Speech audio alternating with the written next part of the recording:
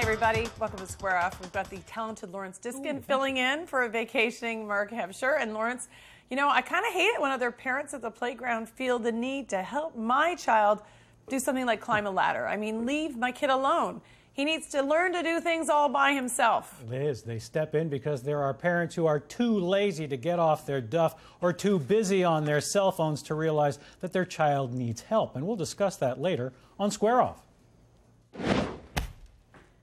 We live in a society that is fueled by sex. People love talking about it, experiencing it, and advertisers certainly use it every chance they get to sell their products. Sex is a natural part of our existence. But there is a group of people who simply do not experience sexual attraction or desires.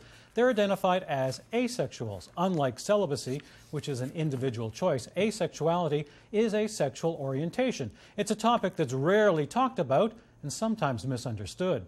So we're going to try and understand it. Joining us in Toronto, we have Michael Dorè. He's asexual. He's also the lead organizer for International Asexuality Conference, and that's being held in Toronto this weekend.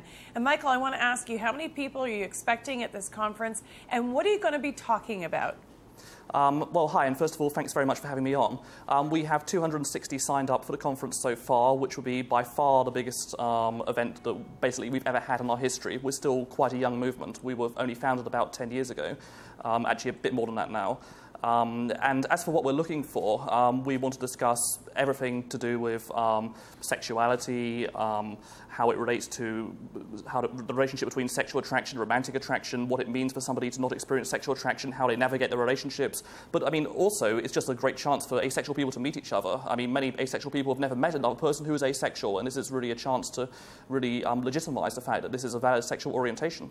How did, you know, I have to ask you, how did you figure out that you were asexual? I mean, what process do you go through? That's a very good question, and it's kind of interesting because, in a way, I didn't really discover my own asexuality. It's more that I discovered everybody else's sexuality around me. So I went to an all-male school, and when I was 11, then I was kind of like my classmates, not very, I mean, sex wasn't something we discussed at all. Then suddenly, I mean, about the age of 12 or 13, I noticed that everybody around me was suddenly talking about sex and talking about hot women, and it was like the sort of #1 topic of conversation. It was like they were talking a different language from me, essentially. Now, of course, at first I didn't really identify as anything because, I mean, I could just be a late bloomer, but, I mean, as the years went on, I kind of realized that, you know, this wasn't really ever going to change, and eventually I started using the term asexual. Now, a lot of people, I mean, I happen to use the term asexual independently of before really the asexual movement started, and a lot of people do the same thing. Some people might call themselves non-sexual, but other people don't actually have a word for it. Okay, I want to introduce Jessica O'Reilly right now. She's our sexologist and relationship expert. Jessica, if Michael was your client and he sat down and described how he feels about sex with you, didn't call himself asexual, what would you suggest he do, or how would you counsel him? Well, the first thing I think I'd do is if he was leading toward asexuality but didn't exactly have the word, I'd probably direct him to one of Michael's resources like asexuality.org as a place to answer some of their questions. And the thing with asexuality, yes, it's a sexual orientation, but not all asexuals are the same. Some experience sexual attraction to people. Some will, in fact, sometimes engage in certain forms of sexual behavior, sexual activity. And it's like every other sexual orientation, it's very fluid, and there's a huge amount of diversity within asexuality.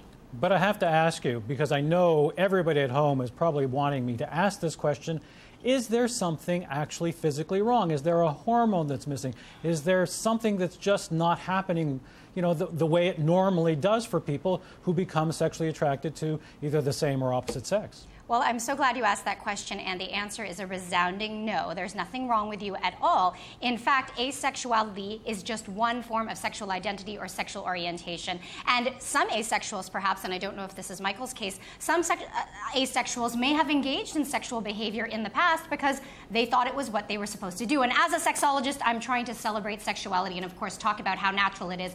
And part of that natural piece for some people is experiencing no sexual attraction and no sexual desire, and that is perfectly healthy and perfectly normal. So, Michael, how do you deal with relationships? Let's call it a romantic relationship with someone that you want to spend a lot of time with. Have you had successful relationships? Did you tell that person up front, I don't want to be too physical with you? Like, how do you handle that? Okay, so just speaking for myself personally, I don't represent all asexual people, but for myself, I'm what might be called sex repulsed. So it's not only that I don't experience sexual attraction, but I'm kind of, I really don't want to have sex at all. And as was mentioned, there's definite diversity in this. Some asexual people are quite happy having sex. Some asexual people have sexual relationships with people who are not asexual, and these actually can work fine as long as both partners are accepting of the other person's sexuality.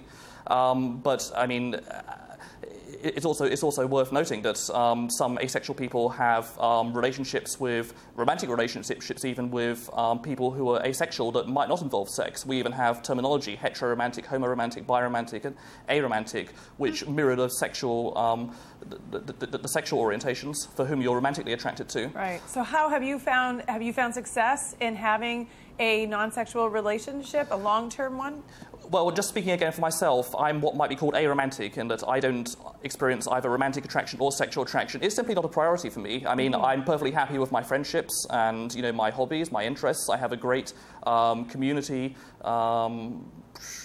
other asexual people, and, I'm quite happy with my work, and, I kind of feel that sex is not really a missing part of the equation for me. Now, for some people, that's different, and I think that it's absolutely correct that the asexual community is very diverse in this respect.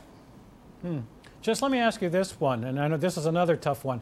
If there's a couple and one is asexual, what recourse do they have? I mean, do you simply allow open relationships and say, well, fine, you go do as you want, and we'll still simply remain a couple? And is that really being an asexual couple? Absolutely. So there are couples who are, one is an ace, with short form for asexual, and the other person is not. They consider themselves sexual. And some of them will, of course, open up relationships, and others will not, because what you have to remember is what you get out of a relationship may be the romance, it may be the intimacy, it might just be the companionship.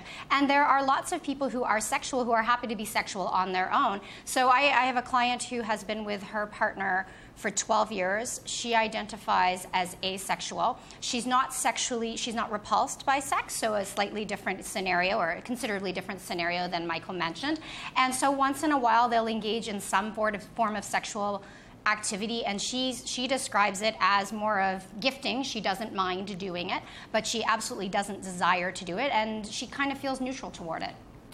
Michael, in your experience, how many people, like researchers say that they think there's about maybe 1% of people are asexual. I don't know that a ton of research has been done, but in your personal experience and being a part of this organization, do you think that there are people out there who are asexual and haven't even been able to admit it to themselves?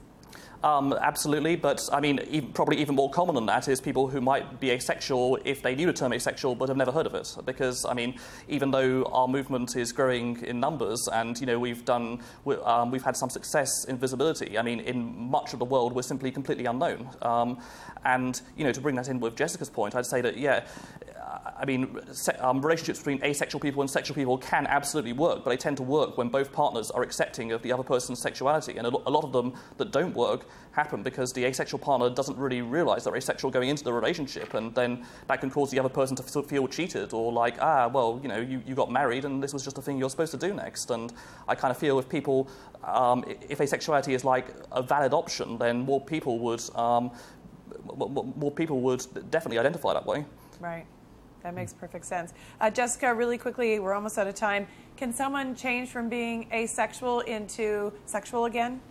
It's possible that sexuality is fluid, but you cannot change someone. That's asking if I'm going through a phase because I'm gay or because I'm bi or because I'm straight.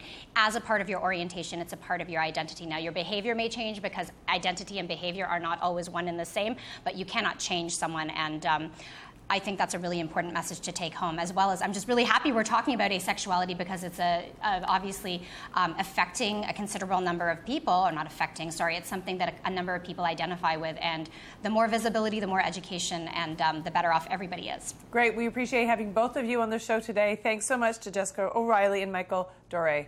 Have a great day.